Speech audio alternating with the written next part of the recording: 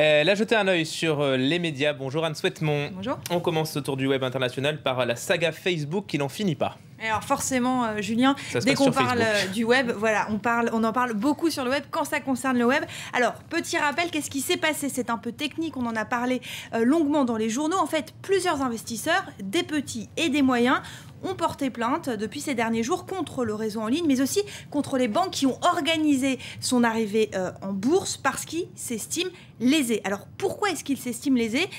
Eh bien, parce que, en fait, l'action en bourse a chuté. Elle a commencé vendredi à 38 $ et on le voit dans la presse, elle a chuté de presque 20% les trois premiers jours de cotation. Alors qu'on lisait partout, et nous aussi, nous en avions parlé, que ça allait être un carton, on l'avait comparé déjà à Google en disant ça va peut-être être multiplié par je ne sais pas combien de pourcents en quelques mois. Pas du tout. Et en plus, on a appris dans la presse hier que, en fait, les trois plus grosses banques qui se sont occupées de l'entrée en bourse, eh bien, avaient prévenu les gros investisseurs, donc pas les petits ni les moyens qui ont porté plainte, qu'en fait, la valeur était peut-être un petit peu surévaluée et que donc ce ne serait pas aussi rentable que prévu. Du coup, ils se sont dit qu'ils étaient lésés, d'où la plainte. Alors évidemment, j'ai sélectionné vraiment quelques tweets et des tweets un petit peu de tweetos très très importants.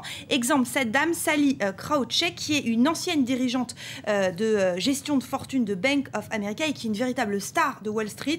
Je vous le lis pas en anglais, hein, je vais pas me risquer là-dedans. En gros, son commentaire, c'est si c'est vrai, si ces informations dans la presse sont vraies, alors c'est un véritable scandale. Évidemment, sur Twitter, Facebook est en trending topic, c'est-à-dire que ça fait l'objet d'énormément de tweets, et on s'organise même sur Facebook, vous allez voir, un event, donc un événement a été créé, rendez-vous demain 9 h devant le siège de Goldman Sachs, l'une de ces banques qui a participé à la mise en bourse. On veut tout simplement manifester, alors ils sont pas beaucoup pour le moment, un peu plus de 100, mais je vous en parlerai demain pour savoir s'il y a eu vraiment beaucoup de monde ou pas devant Goldman Sachs. Le rendez-vous est pris. On en vient à cette grogne étudiante au Québec. Ça se passe évidemment dans la rue, mais également sur Twitter. Ça se passe sur Twitter et la vraie particularité, c'est qu'en fait Twitter est utilisé dans cette affaire à la fois par les manifestants, ça c'est devenu un classique, mais aussi par la police. Là, c'est beaucoup plus intéressant et c'est un article sur OVNI qui nous en parle. Alors en fait, vous avez OVNI qui cite un tweet, le tweet de la police qui a par exemple prévenu la foule que la manifestation était illégale. Vous voyez le tweet, avis donné à la foule, manifestation illégale, les gens doivent immédiatement quitter. Alors le hashtag derrière le petit dièse GGI, ça veut dire grève générale illimitée. La grosse particularité de ce mouvement, c'est que la police live tweet ses actions. Live tweeter, ça veut dire tweeter en direct, donc tenir au courant tous les gens qui suivent ce compte de ce qui se passe. Exemple, je vous en ai sélectionné un. L'intervention policière dans le centre-ville est terminée, le bilan sera disponible demain. Vous imaginez bien qu'en face, on répond. L'une des réponses à ce tweet, c'est celui-là.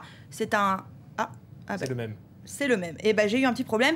En gros, c'est un tweetos qui répond. J'espère que vous expliquez aussi quel sera le bilan côté manifestant et pas seulement côté policier parce qu'on parle de blessés, évidemment. Alors du coup, comme ce phénomène est totalement inédit, la question de l'utilisation des tweets par la police et éventuellement par la justice contre les manifestants se pose. Et cette question, elle a été posée par un parlementaire qui s'adressait à la ministre de l'Éducation. Regardez.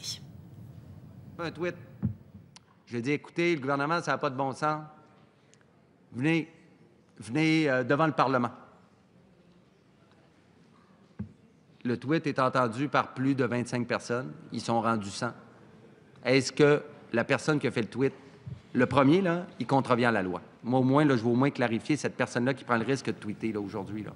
Voilà, donc question très claire de ce parlementaire à l'égard de la ministre qui, elle, je vous ai pas mis la réponse parce que justement c'est pas clair, c'est ni oui ni non, ce sera en gros à la justice de voir en fonction du cas qui ne s'est pas encore posé, je le précise. Alors la probable instrumentalisation judiciaire de Twitter, eh bien il y a un tweetos qui s'en est emparé, il est français, @leclown, et en fait il se propose d'accueillir plein de messages privés, de les publiciser, mais en gardant l'anonymat des personnes, ce qui protégerait les tweetos. Voilà, la contestation devant l'ordinateur. Merci beaucoup Anne Souhaitemont pour l'œil sur les médias. Restez avec nous à suivre la météo et on se retrouve pour le journal de 22 h 30.